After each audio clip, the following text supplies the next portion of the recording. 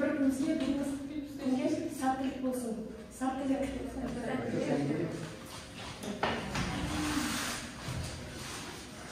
Бүгінгі сабағымызда топ 2 топқа бөлініп отыр. Бірінші топ білгірлер тобы, екінші топ даналар тобы. Топтар мына ережені сақтай біледі. Уақытты үнемі пайдаланып, бір-бірімізді тыңдап, біреудің пікірін бағалап, әркімнің пікірі құнды. Өткен сабақта біздер қазақ жерінде ежелгі мәдениеттер мен өркениеттер және қазақ мәдениетінің басылуы деген тақырып өттік. Ол сабақта біздер сақ, қоныс түсін қалың тайпалардың мекендеген жерлері, шаруашылығы және олардың мәдениеті туралы өттік. Қазақ халқы 6 ғасырда түркі деген халықпен еңбек болса, біздің ата-бабаларымызды түріктер, яғни түріктерді атаған.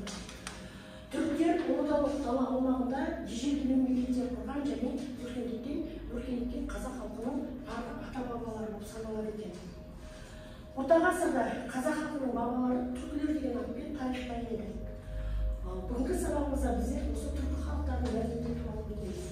Түркі халықтарының мәдениеті дегеніміз ежелгі заманнан өмір сүріп келе жатқан түркі тайпалардың негізінде қалыптасқан мәдениеттің жалпы атауын түркі мәдениеті деп атайды екен. Бүгінгі сабағымыздың тақырыбы орта ғасырдағы түркі мәдениеті. Қазір осы түркі мәдениеті тақырыбын бастамай тұрып, назарларыңызды бейнетаспаға аударамыз.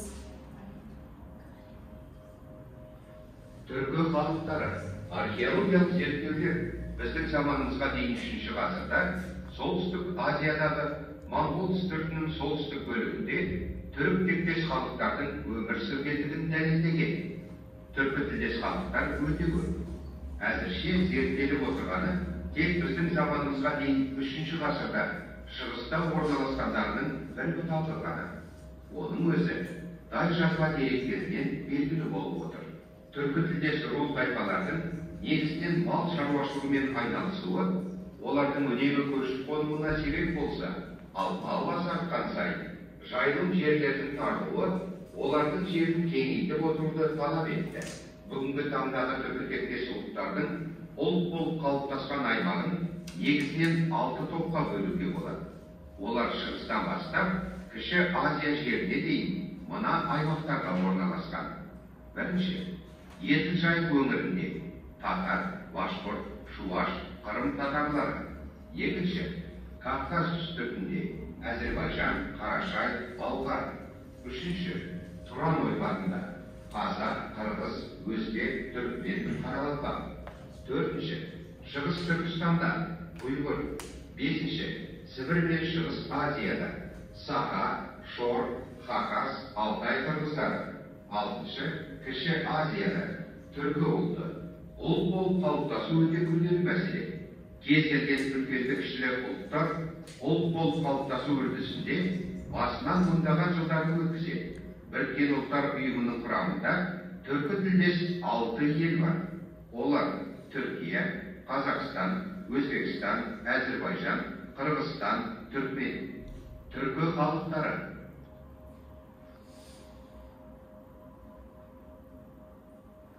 Сонымен біздер түркі халықтары туралы бейнетаспамен таныстық. Яғни түркі халықтары деген саны 42-ден асады екен. Соның ішінде қазақ халқы осы түркі тілдес халықтардың біріне жатады екен. Бүгінгі сабағымда мына белгілермен басталып беремін. Қазақ даласы ұлы түркі елінің қарашығанары дейді. Яғни біздің Қазақстан жерінде өмір сүрген көптеген тайпалар, сақтар ондардың ішінде осы қазақ халқының ата тегі болса, кеңінен пайдаланған тайпалар түркі елі, яғни түркі халқы, біздер қазақ жерінде өмір сүрген тайпалар. Түрік қағанатының батыстағы шекарасы 6-шы ғасырдың аяғында Византиямен, Персиямен, Үндістанмен, шығысқа Қытаймен бірге шыққан. Енді түркілер қай жерде қандай тұрмыста болды десек, түркілер жазда арба үстінде қондырған үйлерде, киіз үйлерде тұрды. Ал қыста олар сұхбата үйлерде өмір сүрді. Олар үйлерін шыннан, сабаннан және қамыстан жасады. Ал Алтай ертіс бойында тұратын түркілер үйлерін өрімнен ағаштан жасады дейді. Сонымен бірге түркі халықтарының өзіне тән ерекшеліктері, өзіне тән киімдері болған.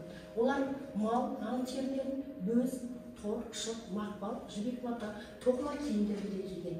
Ал аяқ киімдеріне келетін болсақ, әйелдер қайқы тұмсық, жұмсақ теріден тігілген аяқ киімдер кисе, ер адамдар киіз байпақты саптама етіктер киеді. Сонымен қатар, осы түркі еліндегі жоғары топқа жататын өте бай әйелдер жібек жабындылар жатқан, және деген алтын, күміс, тағы да сол сияқты қымбат нәрселерді таққан, тәттілер таққан. Сонымен бірге, осы 9 ғасырда өмір сүрген араб географы әл-Яқуби түркілерді киіз басуға ең шебер халық деп атаған.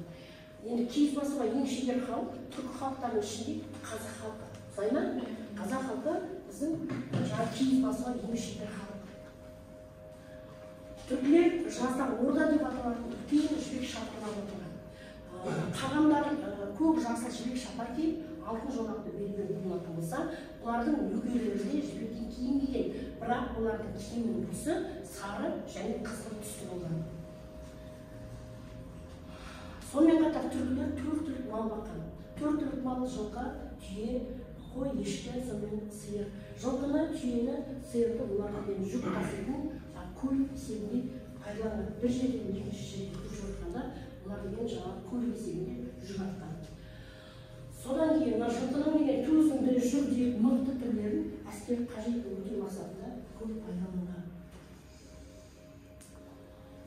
Түркілер, білесіңіз, біз Қазақстан территориясында қандай теңіздер бар? Арал, көлдер, Балқаш, Жайсан, көл, Сықкөл деген қазір Қырғызстан территориясы солай. Арабтың саяхатшысы әрі жазушы Ибн Хамланың айтуы бойынша, түркі халықтарды мал өсіруге, егін салуға, қолөнерге, сауда-саттыққа байланысты ол түсінді, оларда жан-жақты және жоғары болған деп айтады. Сонымен 6-12 ғасырда Қазақстан аймағы мекендегі халықтар мен ұлыстар мәдениеті туралы біздер жазба әдебиеттерден, археологиялық ескерткіштерден, қазба жұмысы кезінде табылған нәрселерден біз мағлұматтар алдық. Қазақстан жерінде қалалардың пайда болуы, мәдениеттің өркендеуі, өзіңізге белгілі Қытайдан өтетін, батысқа қарай, шығыстан батысқа қарай өтетін ұлы жібек жолы деген бар. Білесіз, Қытайдан ең алғашқы жібекті тауып, сол жібекті сауда-саттық орнаған. Осы ұлы жібек жолы арқылы Қазақстан территориясына өтетін болғандықтан Қытаймен, Орта Азиямен, Волга, Булгариясымен, Киев, Русьмен осындай сауда-саттық байланыс болған. Осы Қазақстан жерінде қалалардың өркендеуі, мәдениеттің өркендеуі осы ұлы жібек жолының рөлі өте зор болды деп айтсақ та болады. Сонымен сіздерге бүгінгі сабақта түркі халықтарының мәдениеті, жаңағы бейнетаспа арқылы түркі халықтарына қандай халықтар жатады, және ол түркі халықтарының қандай шаруашылықпен айналысқаны, мекендеген жерлері, тұрмыс-тіршілігі туралы біраз мағлұматтар бердім. Алдыңғы сабақта сіздерге тапсырмалар беру арқылы постер жұмысы құрған. 2 топқа бөлініп отыр. Бірінші топтың жұмысы 12 ғасырларда қалалар, сәулет құрылыстар, материалдық мәдениет туралы тапсырма беретін болса, екінші топтан олар тапсырма рухани мәдениет, ғылым және дінге. Енді қазір сіздерге осы өздеріңіздің алдын ала дайындап берген жұмыстарыңыз бойынша жұмыс жасауларыңызға мүмкіндік берейін. Уақыт шектеулі, енді тапсырмаларыңызды алып, жұмыстарыңызды жасаңыз.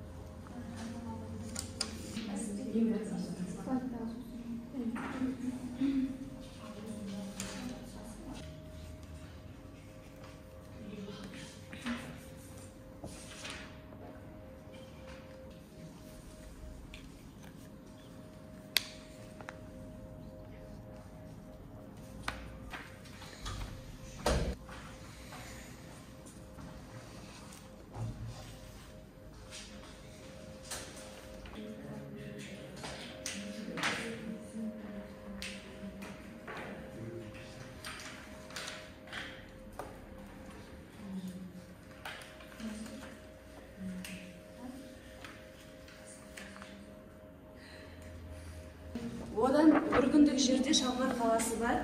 Ол жерде ол қазіргі Түркістан аумағында. 12 ғасырда Шалқар қаласында белгілі дін уағыздаушы Қожа Ахмет Яссауи болған.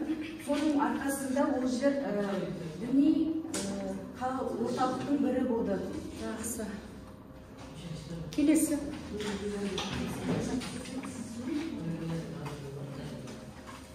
Оңтүстік Қазақстанның ірі қалаларының санатында Спиджап, Сқанның қалалары болған. Спиджаптың орны қазіргі Шымкент қаласынан 12 километр жерде Сайрам кентінің орталығында жатыр. 12 ғасырда Спиджап қалалары өтпелі сауда орталығы ретінде белгілі болған еді. Мұнда көптеген тауарлар шығарылды. Маталар, қару-жарақтар, темірлер басқа жақтарға жөнелтілді. Жақсы. Келесі. Сығанақ 12 ғасырда Қыпшақ бірлестігінің орталығы болды. Қазір Сығанақтың орнында Сунағада қаласы жатыр. Жетісудың аса ірі саяси экономикалық орталығы Тараз қаласы болды. Құлан 7 ғасырдың ірі қаласы болды. Жақсы. Келесі. Сонымен архитектуралық ескерткіштер мен жазу материалдар, археологиялық қазбалар Қазақстанда орта ғасырларда қала мәдениеті мен орта ғасырлық сәулет өнерінің біршама жартысы дамыған дәлелдейді. Материалдық мәдениеттің дамуы сонымен қатар өңдеу құралдарының дамуымен тұспа-тұс келеді. 6-7 ғасырларда еңбек құралдарының негізгі түрлері көбіне темірден дайындалды. Қазіргі кездің өзінде темір кен орындарының аса терең емес үңгірлер мен жабайылар түрінде сақталған. 6 ғасырдан бастап металлургияның дамуына байланысты темір ұста деген ұғым пайда болды. Бұл кезде бидайды және бидай мен тарыны ұнтақтау үшін ағаш телімі қолданды. 11 ғасырда бидайды тарту үшін тек қалықтар үлкен қол диірмендер ғана емес, су ағыстары арқылы қолданылатын диірмендері үлкен диірмендер де кеңінен қолданылды. Жақсы. Келесі. Егін шаруашылығы және құрылыс ісімен типпен қайлар, күрек тәрізді құралдар байланысты болды. Темірден қылыш, сауыт, садақ, қанжар, жебенің ұштары дайындалды. Келесі. Жақсы. 5-12 ғасырлардан бастап қазақтарда жазғы үйден екі түрі болды. Оның біріншісі киізбен жабылған киіз үй және екіншісі дөңгелек үстіне орналастырылған киіз үй болды. Олардың құрылысы және бір-бірінен айырмашылығы болды. Киізбен жабылған үйде керегелер, уықтар, шаңырақтар болса, екінші дөңгелек үстіне орнатылған үйде ол әсемдік үшін олар түрлі ою-өрнектермен безендірілген киізбен жабылып, түрлі жібек маталарымен жабылған болады. Жылжымалы үйлер көбіне байлардың меншігі болды. Жақсы, жарайды. Келесі. 10-11 ғасырларда қазанды шойыннан дайындайтын болған. Осы кезде оңтүстік аймақтарда қымыражылық өнері жақсы дами бастады.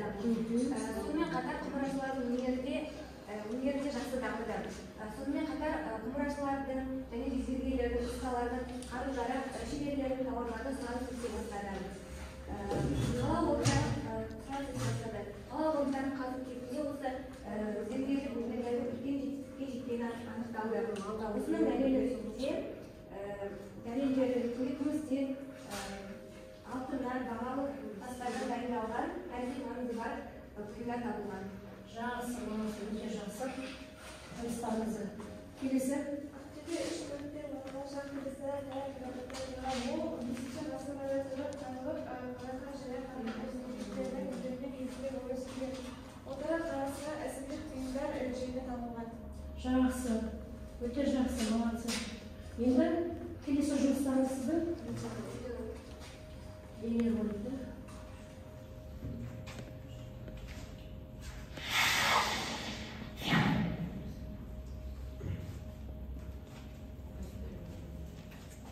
Қоныс кезеңдері. Біздің ата-бабалар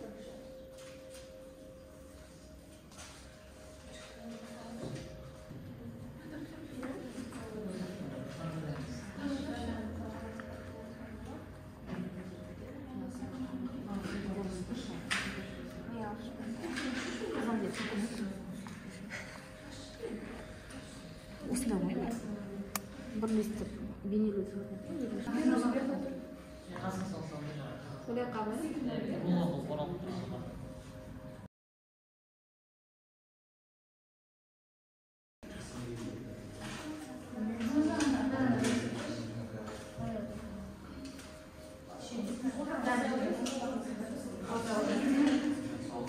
Қайсы топ береміз балалар? Шығай ғана теңдер.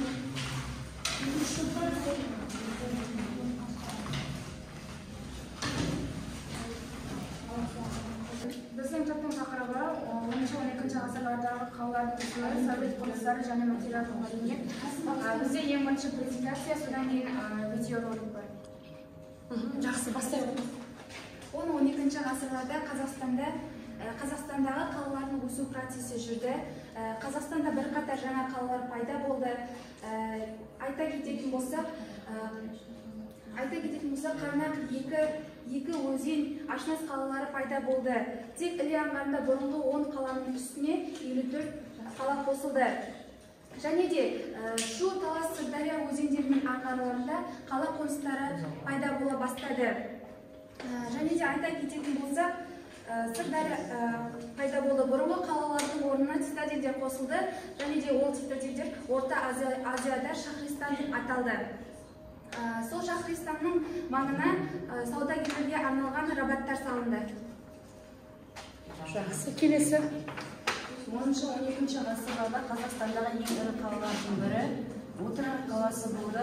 Ол рабаттармен бірге қосып санағанда 200 шаршы гектар жерді алып жатты. Жоба жерлерге таралған. Түркілер үнемі бір жерден екінші жерге көшіп қонып жүрген. Сондықтан оларды көшпелілер деп атаған. Түркілер тек қана көшпелі емес, сондай-ақ тұрақты көшпелі тұрмыс жүргізген.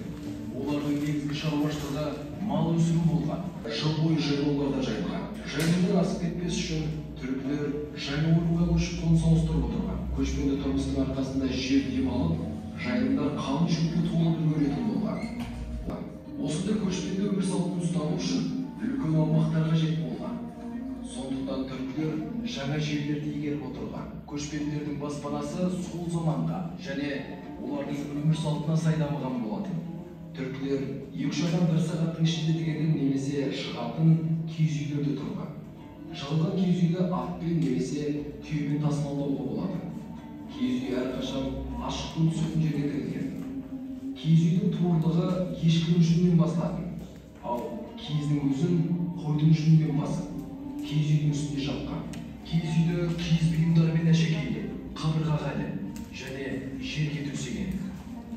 Түркілердің негізгі тағамы ет пен сүт өнімі болатын. Биенің сүтінен шипалы әрі ұзақ уақытқа сақталатын қымыз жасаған. Жамаулардың иленген терісінен киім, аяқ киім және тұрмысқа қажетті былғары бұйымдар тіккен. Түркілер мықты шабандоз, ержүрек жауынгерлер болған. Темірді алғаш өндірген түркілер болған. Түркілердің өз жазуымен жылсырау күнтізбесі болған.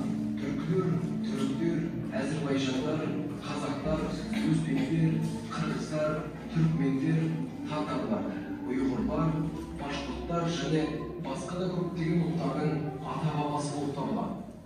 Тақырып орта ғасырдағы түркі халқының мәдениеті. Бізге берілген бірінші топқа берілген тапсырма түркі халықтарының рухани мәдениеті. Қазақстан аймағында 10-12 ғасырлардың қалыптасуы мен Қазақстан халықтарының тайпалары мен рухани мәдениеттерінің көтеруіне себепші болды. Мемлекеттің қалыптасуы мен дамуына, жазудың өркендеуіне ықпал жасады. Жазба деректерге сәйкес 6-8 ғасырларда түркі тайпалары арасында ауыз әдебиеті жақсы дамыды. Ауыз әдебиеті халық мұңын мұқтаж, махаббат туралы болды.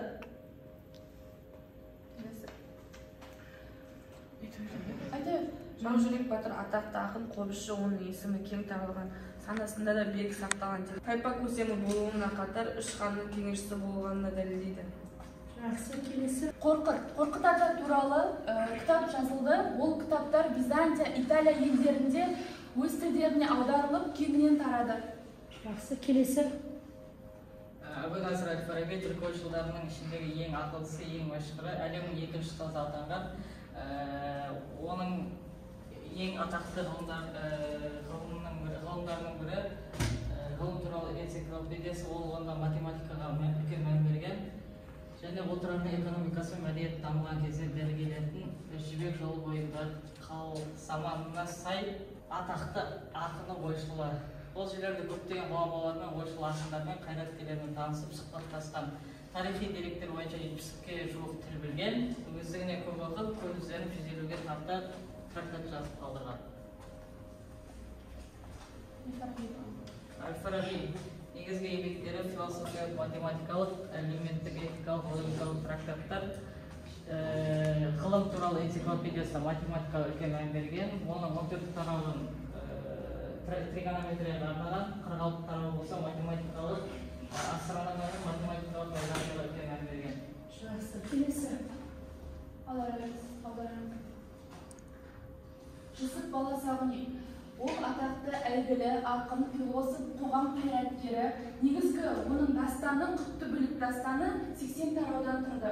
Жүсіп Баласағұнидің 85 тараудан 6520 бейіттен тұрды. Поэма жай этикалық емес, сонымен қатар адамдардың қарым-қатынасында әртүрлі басқарушылар мен бағыныштыларға мемлекеттің орнына белгілі аса терең мағыналы философиялық шығарма. Жақсы. Дастаны туралы орта ғасырларда бүкіл түркі әлемінде түсінікті болған Қарахан әулетінің мемлекетінің түрік тілінде жазылған. Жақсы. Келесі. Махмуд Қашқари. Махмуд Қашқари 1929-1901 жылдар аралығында өмір сүрген түркі халықтарын әлемге таныстырған ғалым болып есептеледі. Махмуд Қашқари әлемге әйгілі Дивани-лұғат аттырып, түркі сөздерінің жинаған кітапты жазған болатын. Сөздіктен түркі халықтарының әлеуметтік өмірі, шаруашылығы, географиялық орналасуы, тіл ерекшелігі, аспан шырақтарының үлгілері, тарихының үзік-үзік суреттері шоғырланған болатын. Сөздіктің ішінде 300-дей мақал-мәтелдер, 233-те шамалы өлең шумақтары, 80-де ру тайпа атаулары, қыстақ атаулар, географиялық, астрономиялық атаулар негізделген болатын. Сөздіктің ішіндегі мақал-мәтелдер, өлең шумақтары, сөздер сол кездегі түркі халықтарының әлеуметтік жағдайын зерттеуге негіз болады. Жақсы, өте жақсы. Келесі.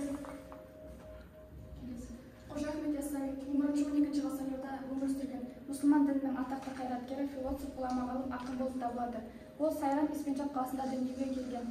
Ол 1094 жылы дүниеге келіп, 1166 жылы дүниеден өткен. Әкесі Шейх Ибрагим, анасы Айша, ұстазы атақты Арыстанбап болып табылады. Еңбектері Диван-ы Хикмет, Даналық кітабы және көңіл айнасы болып табылады. Жақсы. Келесі. Түрк халықтарының ерте орта ғасырларда үлкен саяси әкімшіліктерді құрған. Олар бір-біріне тәуелсіз аймақтарда тіршілік еткен.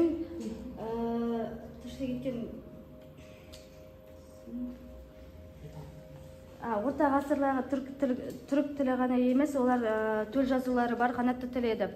Көне түрк жазулары туралы хабар ғаламға өте кешігіп жетті. Томсын, ең алғашқы Томсын Орхон ескерткіштерінің ішінден Тәңір түрік деген сөздерді оқыған. Көне түрк жазулары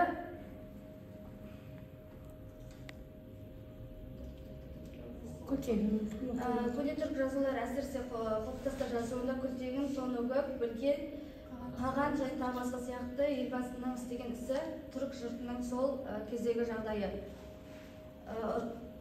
Орхон енесі жазулар ескерткіштерінде көне түрк халықтарының көне жазуы тас бетіне қашалып жазылған. Қашалып жазылған.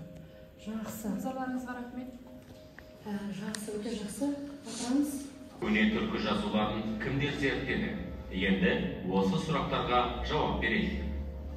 5-6 ғасырларда түркілер өздеріне ғана тән әліпбилік жүйесі мен жазу емлесі бар руна сына жазуын ойлап тапты. Мемлекеттің гүлденіп, экономиканың қарыштап дамуынан жазудың маңызы арта бастады. Түркі жазуы туралы деректер алғаш рет Византия тарихшысы Менандр Протектордың жазбаларында айтылады.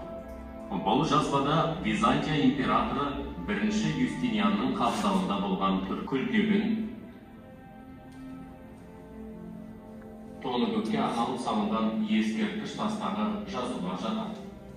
Бұл ескерткіш жазулар 18-19 ғасырларда Монғолиядағы Орхон көзені бойынан табылған. Ертедегі түркі жазуларының көбі қайтыс болған адамдарға арнап орнатылған ескерткіш тастарға жазылған. Бұл ескерткіш жазуларды түркілер бітік таш деп атаған. 732-735 жылдардағы Білге қағанның және оның інісі қолбасшы Күлтегіннің қағандардың кеңесшісі Тоныкөктің құрметіне жазылған. Көне түркі жазуы 11-12 ғасырлардан кейін қолданылмады. Себебі бұл түркі руна жазуын араб жазуы ығыстырып шығарды. Күлтегін ескерткішінің көшірмесі Лев Гумилев атындағы Еуразия ұлттық университетінің бас корпусына қойылған. Түркі бектері, халқы мұны тыңдаңдар. Түркі халқын жиып, ел болғандарыңды мұнда бастым. Жаңылып кешкендеріңді де мұнда бастым. Барлық сөзімді айтар, тасқа бастым. Яулық тегін. Сонымен бұны қысылмаңыздар біздер түркі мәдениеті, түркі халықтарының тыныс-тіршілігі, мекен-еткен жерлері тағысы сияқты. Мына жерге енді назар аударыңыз. Сен білесің бе дейді, дүниежүзі бойынша түркі тілдес халықтар 200 миллион екен. Соның тмд елдерінде 85 миллион тұрады. Қазіргі уақытта 6 тәуелсіз мемлекет бар екен. Әзербайжан, Қазақстан, Қырғызстан, Түркменстан, Түркия және Өзбекстан. Соның ішінде ең көп түркі халқы тұратын Түркиядағы түріктер 75 миллион екен, өзбектер 2-ші орында 29 миллион екен, Әзербайжандар 3-ші орында 20-лықтар 3 миллион, 4-ші орында қазақтар 15-3 миллион тұрады екен. Тағы сол сияқты ұйғырлар, түркмендер, қырғыздар. Жалпы түркі халықтарының саны 42-ге жетеді екен. Енді алдарыңызда келесі тапсырманы орындауға көшеміз. Алдарыңызда семантикалық карта бар. Осы семантикалық карта бойынша тез етіп жұмыс жасаймыз. Қанат береміз. Сосын көшімді тексеру ойынмен тез етіп бір-бірімізді тексеріп, балдарымызды топ басшысына айтамыз.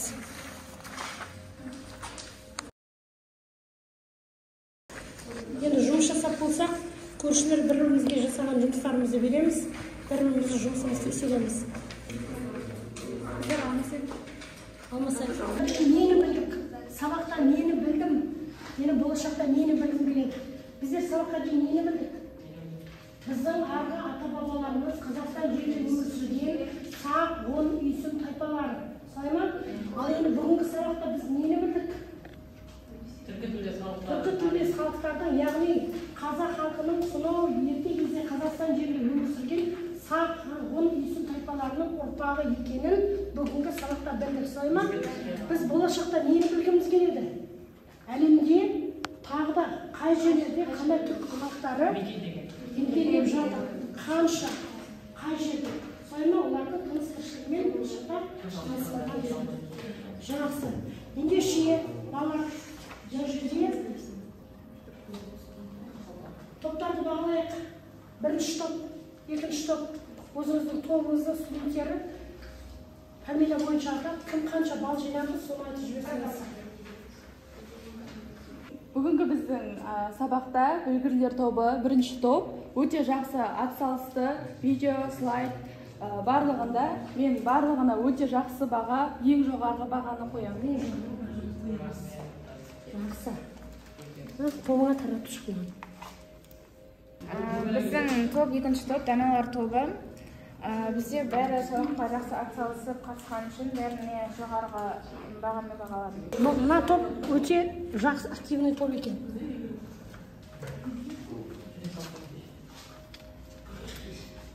Бүгінгі сабақ маған өте қатты ұнады. Рахмет сіздерге. Жақсы, саған да рахмет, отыра ғой. Бүгінгі ашық сабағымыз өте жоғары деңгейде өтті. Көп нәрсені біліп, көп нәрсені түйдім. Маған сабақ ұнады. Рахмет саған көп-көп. Маған Маған сабақ өте қатты ұнады, өте қызықты болды. Сол үшін сізге көп рахмет. Саған да рахмет. Мына топтан енді мына топтан шығамыз. Сабақ қызықты өтті, бәріңіз Рахмет.